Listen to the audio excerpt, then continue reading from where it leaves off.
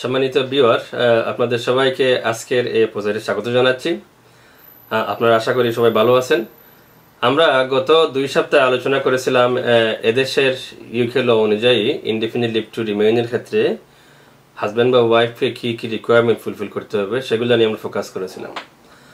আজকে আমরা একটা ডিফারেন্ট বিষয় নিয়ে আলোচনা করতে চাই, যে বিষয়টা একটু জটিল। আশা করি আপনারা এর মাধ্যমে উপকৃত হবেন। বিষয়টা হলো, আমরা এদেশে যারা আছে হাজব্যান্ড বা ওয়াইফ হিসাবে আছেন, ইউকেতে ব্রিটিশ সিটিজেন বা ইনডিফিনিট লিভ হিসাবে আছেন, যদি কোনো কারণে মনে করেন যে কোনো কারণে হোক হাজব্যান্ড বা ওয়াইফের মধ্যে সংসার ভেঙে যাওয়ার সম্ভাবনা আছে এবং ডিভোর্সের মতো অবস্থা তৈরি হয়েছে এবং আপনি চাচ্ছেন যে ডিভোর্স দেওয়ার পরে বিয়ে করতে চাচ্ছেন আপনি, এবং সেক্ষেত্রে আপনি চাচ্ছেন বিয়ে করতে আপনার বাংলাদেশ বা পাকিস্তান বা ইন্ডিয়া থেকে আপনার ওয়াইফ নিয়ে আসতে বা হাজব্যান্ডকে নিয়ে আসতে, মানে ডিভোর্স করার পরে প্রথম পক্ষকে। সেক্ষেত্রে আপনি যদি মনে করেন যে আপনি ইউকেতে ডিভোর্স করবেন না, আপনি বাংলাদেশ বা পাকিস্তানে গিয়ে ডিভোর্স করবেন এবং সেখানে ডিভোর্স করার পরে হাজব্যান্ড বা ওয়াইফকে নিয়ে আসবেন অ্যাপ্লিকেশন করে, সেক্ষেত্রে ইউকে ল অনুযায়ী আপনার ওই এদেশের বাইরের ডিভোর্সটা ভ্যালিড কিনা, মেইনলি সেগুলো নিয়ে আমরা ফোকাস করব।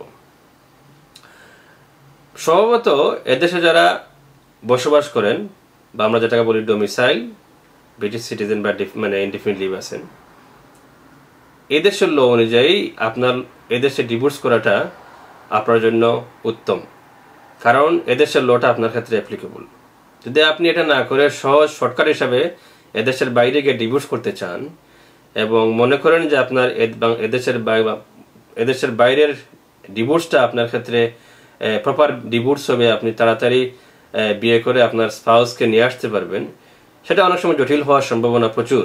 কেন সম্ভাবনা প্রচুর, এই বিষয়টা আমরা হাইলাইট করতে চাই এইভাবে যে ফরেন কোনো ডিভোর্স হলে ইউকেতে সেই ডিভোর্সটাকে যে ল অনুযায়ী এবং যে ধারা অনুযায়ী অ্যাপ্রুভ করা হয় সেটা কিন্তু বলে দেওয়া হয়েছে ফ্যামিলি ল অ্যাক্ট 1986-এ। ফ্যামিলি ল অ্যাক্ট 1986-এর সেকশন 46-এ বলা হচ্ছে যে ফরেন কোনো ডিভোর্স যদি হয়ে থাকে সেটা ভ্যালিড হয় ওই যে দেশে করা হয়েছে, তাইলে এই ডিভোর্সটা এদেশে ইউকেতে অ্যাপ্লিকেবল হবে। কিন্তু আর কিছু কন্ডিশন আছে। কন্ডিশনটা হলো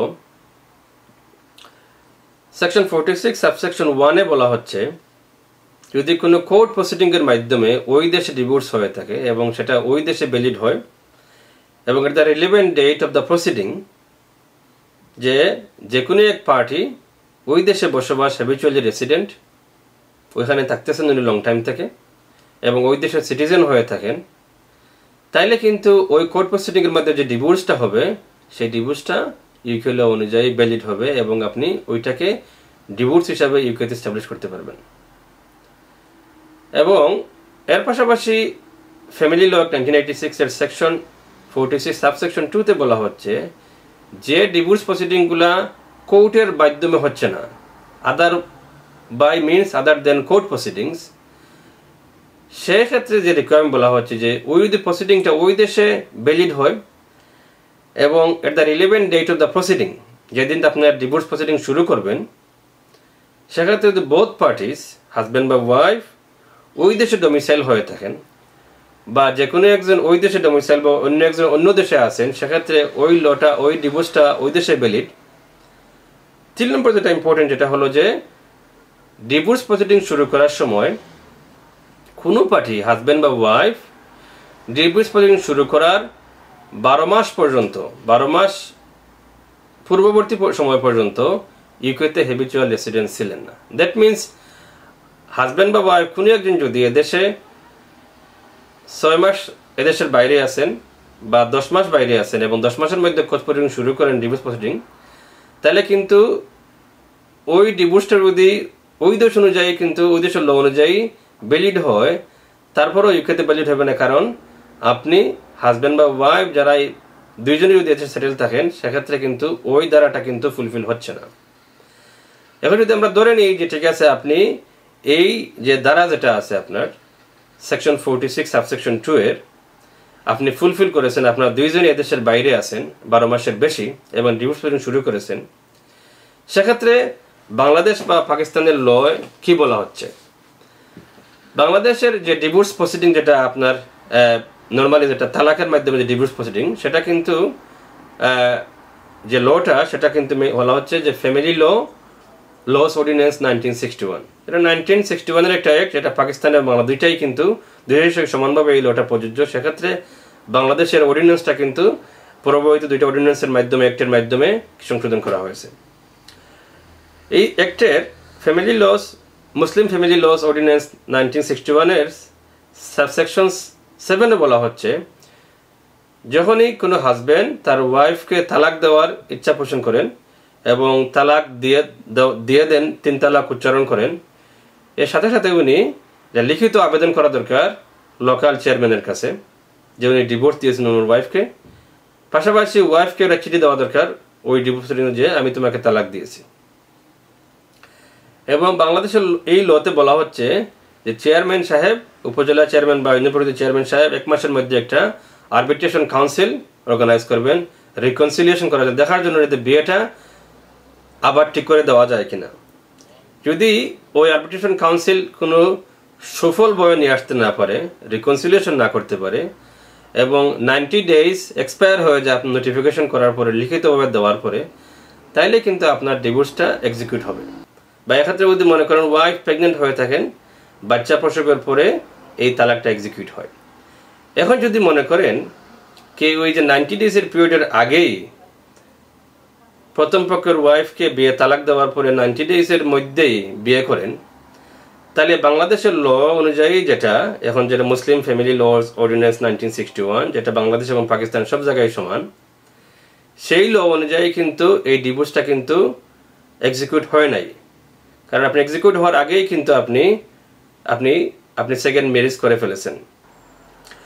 এখন যদি মনে করেন এই অবস্থায় ইউকের হাজব্যান্ড বা ওয়াইফ কেউ বাংলাদেশে গিয়ে তার ফর্মার ওয়াইফকে, মনে করেন হাজব্যান্ড বাংলাদেশে চলে গেছেন, ওয়াইফ ইউকেতে আছেন, হাজব্যান্ড মনে করতেছেন যে ওয়াইফকে বাংলাদেশে ডিভোর্স দিয়ে বাংলাদেশে আবার বিয়ে করে উনি চলে আসবেন। যদি এটা হয়ে থাকে আর আপনি তাড়াতাড়ি 2 মাসের মধ্যে বাংলাদেশে গেলেন, সেখানে গিয়ে ডিভোর্স করলেন, ডিভোর্স করার 2 সপ্তাহ পরে আপনি আবার বিয়ে করলেন, তাহলে বোঝা গেল যে আপনার বাংলাদেশের যে রুলের যেটা বলা হচ্ছে বাংলাদেশের ল অনুযায়ী, সে রুলটা কিন্তু ফলো করতেছেন না। ফলো না করার কারণে বাংলাদেশের ল অনুযায়ী কিন্তু আপনার এই ডিভোর্সটা এক্সিকিউট হচ্ছে না, ভ্যালিড হচ্ছে না।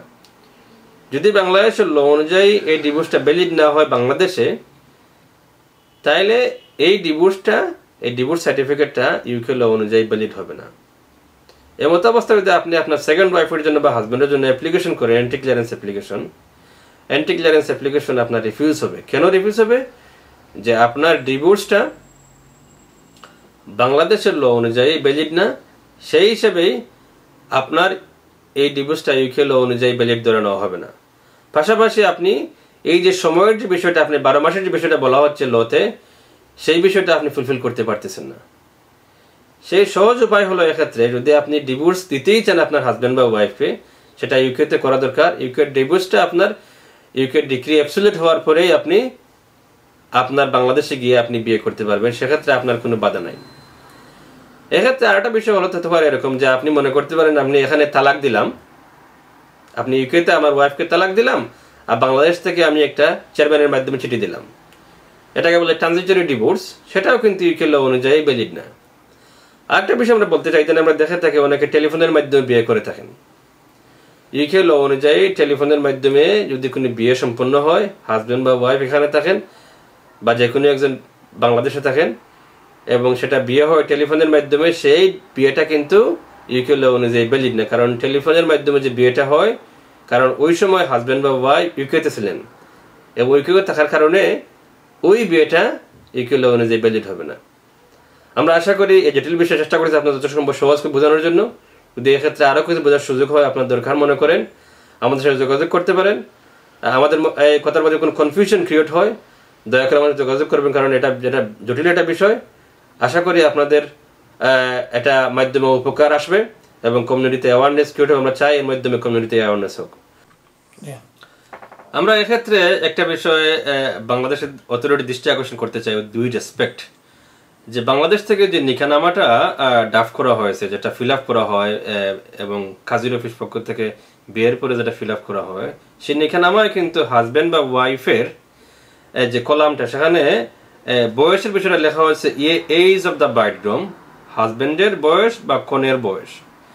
আমরা যদি বলা হয়, যদি এই বিষয়টা বয়স না উল্লেখ করে জন্ম তারিখটা দেওয়ানো হয়, তাহলে সেটা কিন্তু অনেক ক্লিয়ার হয়। কারণ ওই বয়স এবং জন্ম তারিখের যে ডিফারেন্সটা, এদেশের কোর্টের ক্ষেত্রে এই বিষয়টা অনেক সময় ডিফিকাল্ট হয়ে যায় অ্যাপ্লিকেন্টের ক্ষেত্রে, যারা এদেশে আসতে চাচ্ছেন, যে বিষয়টা বিশেষ করে যারা মা বাপ ব্রিটিশ সিটিজেন ছিলেন এবং ব্রিটিশ সিটিজেন হওয়ার পরে ছেলে বা মেয়ের জন্ম হয়েছে, সেক্ষেত্রে যদি বয়সটা স্পেসিফিক উল্লেখ থাকে, যদি ওই ভদ্র মহিলার বিয়ে হয়ে থাকে, কাবিননামার মধ্যে যদি ডেট থাকে এক্স্যাক্টলি জন্ম তারিখটা, তাহলে একটা এভিডেন্স হিসাবে ভালো হয়। পাশাপাশি ওই এজ না দিয়ে বয়সটা মোর স্পেসিফিক।